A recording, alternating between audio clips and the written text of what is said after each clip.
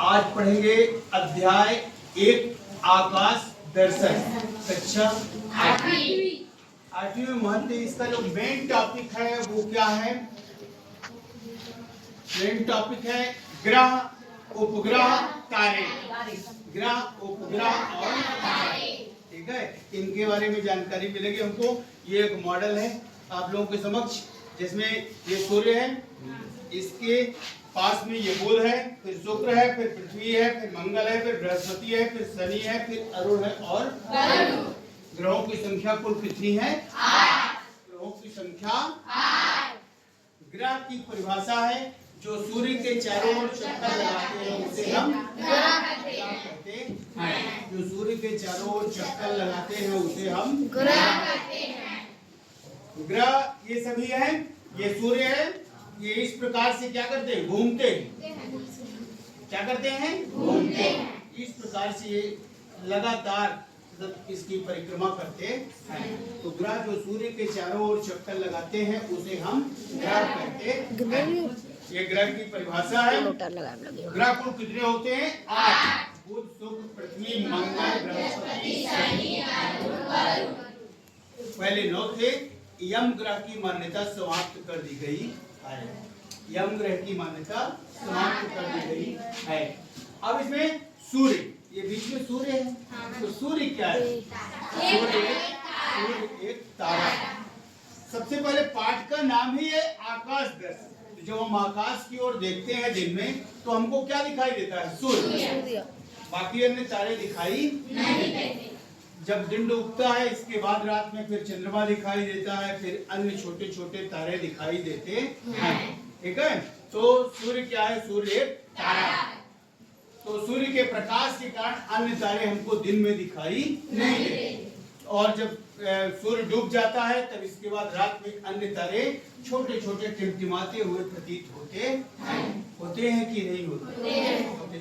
अब इसके बाद आपको ध्यान रखना है ये कौन सा ग्रह? बुध के बाद शुक्र, फिर इसके बाद पृथ्वी तीसरे नंबर पर। जिस ग्रह पर जीवन है, पृथ्वी एकमात्र ऐसा ग्रह है जिस पर जीवन है। ये तो क्लियर है। बाकी अन्य ग्रहों पर जीवन नहीं है। पृथ्वी मात्र एक ऐसा ग्रह है जिस पर जीवन है।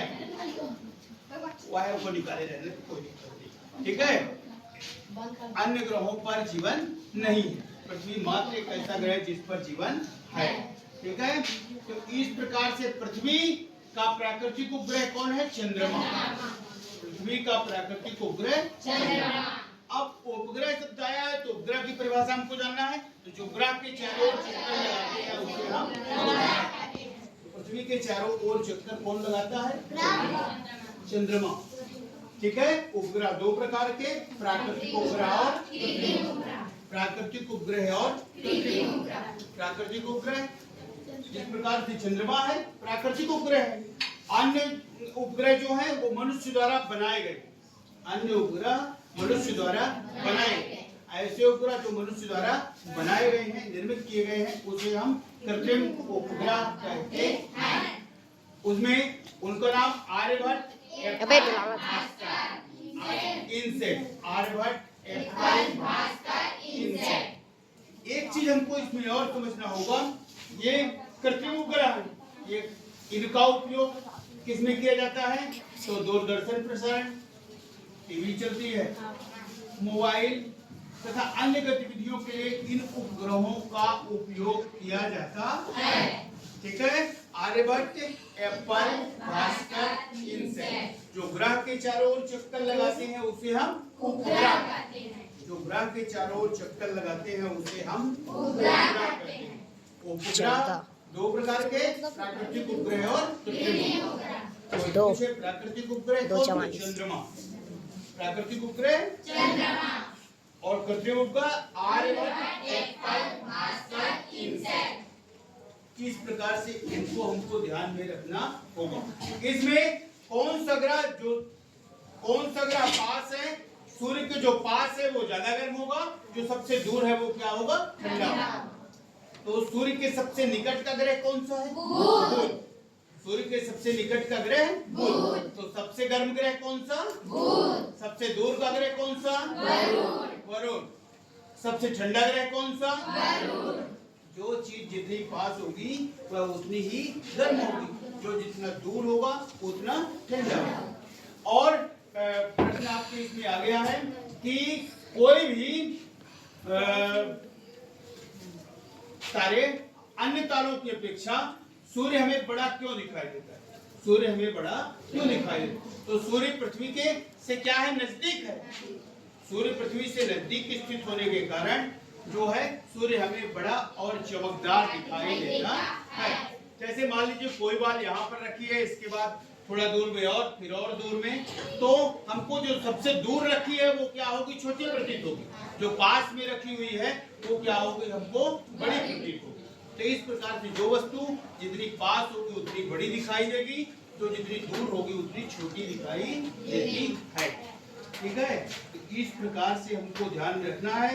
तो सबसे बड़ा ग्रह कौन सा है, बृहस्पति। कौन सा, बृहस्पति।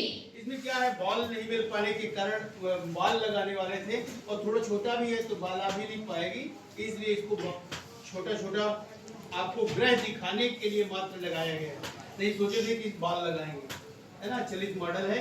तो इस प्रकार से तो सबसे बड़ा ग्रह बृहस्पति, और सबसे कहना चाहिए 3 वलयों वाला ग्रह शनि। 3 वलयों वाला ग्रह शनि। लाल ग्रह किस ग्रह को कहते हैं, लाल ग्रह मंगल। तो इस प्रकार से ग्रहों की स्थिति है। अब जब इसमें हम आगे चलते हैं तो सूर्य होगा, चंद्रमा क्या है, सूर्य एक तारा है, चंद्रमा क्या है, पृथ्वी का प्राकृतिक उपग्रह है। फिर इसके बाद तारे, तारों की बात आती है तो तारे ऐसे खगोलीय पिंड जो स्वयं प्रकाश तथा ऊष्मा उत्सर्जित करते हैं, तारे कहलाते हैं। तारे ऐसे खगोलीय पिंड जो स्वयं प्रकाश तथा ऊष्मा उत्सर्जित करते हैं, तारे कहलाते हैं। ये तारों की परिभाषा हो गई। अब इसके बाद ग्रह भी क्लियर हो गया आपका, उपग्रह। जब हम आकाश में देखते हैं तो करीब भोर के समय 4 बजे के आसपास एक तारा उत्तर दिशा में स्थिर प्रतीत होता है। एक तारा उत्तर दिशा में स्थिर प्रतीत होकर, जिसे हम कौन से नाम से जानते हैं, ध्रुव तारा। ध्रुव तारे के नाम से जानते हैं। तो इसको हम, प्रश्न आगे आपका इसी में बना है कि कैसे खोजेंगे। तो हम ये पूरा तारामंडल जो है इसको हम कहते हैं बृहद सप्तऋषि तारामंडल। कौन सा तारामंडल, बृहद सप्तऋषि तारामंडल इसको कहते हैं। इसमें क्या होता है, 7 तारे इसके कटोरे। इस प्रकार से अगर इसकी आकृति हम बनाएंगे तो इसका क्या बनेगा, एक कटोरा बनेगा। ठीक है, तो 7 तारे इसके कटोरे और करछुल की आकृति बनती है। इसकी जो आकृति बनती है किसके समान, करछुल की। और ये जो इसके अंतिम के जो तारे होते हैं ध्रुव तारे की ओर संकेत करते हैं। तो इन्हें हम दोनों तारों को संकेतक तारे कहते हैं। कौन से तारे, संकेतक तारे। तो आप ध्रुव तारे को किसकी सहायता से खोजेंगे, तो ध्रुव तारे को हम बृहद सप्तऋषि तारामंडल की सहायता से खोज सकते हैं। तो आपके इसमें जब प्रश्न आए कि ध्रुव तारे को आप कैसे खोजेंगे, तो इस प्रकार से हम बृहद सप्तऋषि तारामंडल की सहायता से खोज सकते हैं। और ये क्लियर, जो किसी जो ग्रह के चारों ओर चक्कर लगाते हैं उसे उपग्रह, जो सूर्य के चारों ओर चक्कर लगाते हैं उसे ग्रह। लेकिन ये ध्यान रखिएगा, ऐसे खगोलीय पिंड जो, खगोलीय पिंड हमको जरूर लगाना है, ऐसे खगोलीय पिंड जो सूर्य के चारों ओर चक्कर लगाते हैं उसे ग्रह कहते हैं। शार्ट में याद करने के लिए कि आपका जल्दी याद हो जाए, तो सूर्य के चारों ओर चक्कर लगाते हैं उसे ग्रह कहते हैं। लेकिन पूर्ण परिभाषा जब हम लिखेंगे और बनाएंगे तो ऐसे खगोलीय पिंड जो सूर्य के चारों ओर चक्कर लगाते हैं उसे हम ग्रह कहते हैं। और ऐसे खगोलीय पिंड जो ग्रह के चारों ओर चक्कर लगाते हैं उसे हम उपग्रह कहते हैं।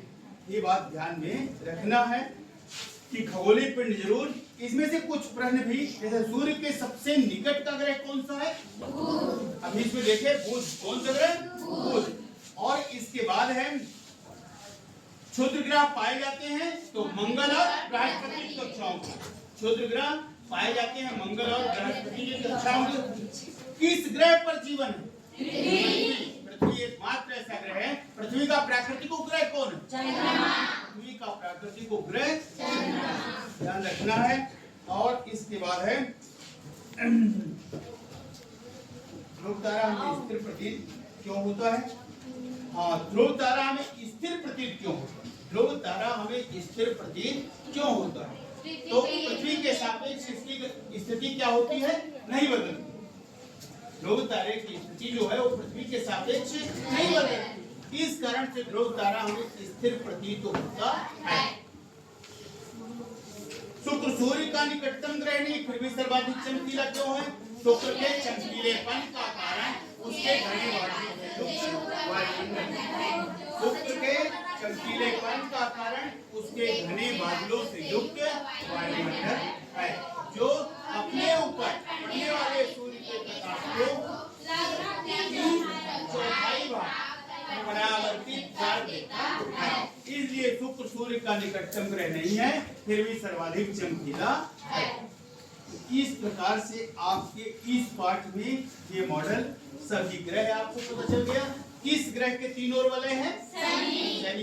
शनि ग्रह के तीन और वलय हैं। ठीक है, ध्रुव तारे को आप कैसे दूरी से क्रम में सौर परिवार के सदस्यों की बारी आए तो बुध, शुक्र, पृथ्वी, मंगल, बृहस्पति, शनि, अरुण, वरुण, जो इसमें मॉडल में आपके दिखाया गया बुध, शुक्र, पृथ्वी, मंगल, बृहस्पति, शनि, अरुण और वरुण। इस तरह से आपके इस पाठ में तो हमारे हिसाब से कुछ नहीं बचा है बताने को। और एक बार ध्यान रखिए, हाँ, ध्रुव तारा कौन सी दिशा में प्रतीत होता है? उत्तर। कौन ध्रुव तारा किस दिशा में स्थिर प्रतीत होता है? तो उत्तर। ध्रुव तारा उत्तर दिशा में स्थिर प्रतीत होता है। ठीक है, और इसमें बाकी आप सौर परिवार के सदस्यों को जान गए। अब इसमें कुछ नहीं, इस ग्रह के तीन और वलय है तो शनि, सबसे बड़ा ग्रह बृहस्पति, लाल ग्रह मंगल। किस ग्रह पर जीवन है? पृथ्वी। किस ग्रह पर जीवन है? पृथ्वी। किस ग्रह पर जीवन है? पृथ्वी। किस ग्रह के तीन और वलय है? शनि। लाल ग्रह किसको कहते हैं? लाल ग्रह मंगल। लाल ग्रह मंगल। शुक्र सूर्य का निकटतम ग्रह नहीं है, फिर भी सर्वाधिक चमकीला क्यों है? सूर्य के चमकीलेपन का कारण उसके घने बादलों से युक्त वायुमंडल है, जो अपने ऊपर पड़ने वाले प्रकाश सूर्य के प्रकाश को लगभग 3/4 भाग में परावर्तित कर देता। बहुत अच्छा होता है, 3/4 भाग परावर्तित कर देता है। दूरी से क्रम में सौर परिवार के सभी सदस्यों के नाम? बहुत बढ़िया, बुध, शुक्र, पृथ्वी, मंगल, बृहस्पति, शनि, अरुण और वरुण। ग्रह कुल कितने प्रकार के होते हैं? ग्रह कुल 8, जो अभी ये बताए। ठीक है, उपग्रह आप दो कौन कौन से? प्राकृतिक उपग्रह और कृत्रिम उपग्रह। आप उपग्रह की परिभाषा बताओ। हाँ, अभी बताया था कि जो ऐसे खगोलीय पिंड, क्या जोड़ना है हमको? जो ग्रह के चारों ओर चक्कर लगाते हैं उसे उपग्रह। याद करने का 60 तरीका अपना लिए हैं, बस ग्रह के चारों ओर चक्कर लगा रहे हैं उसे उपग्रह कहते हैं। खगोलीय पिंड ये जो भी है, ये क्या है? सब खगोलीय पिंड है, इसलिए इनको हमको ध्यान में रखना है। तो इस पाठ में कुछ बचा नहीं है। ठीक है,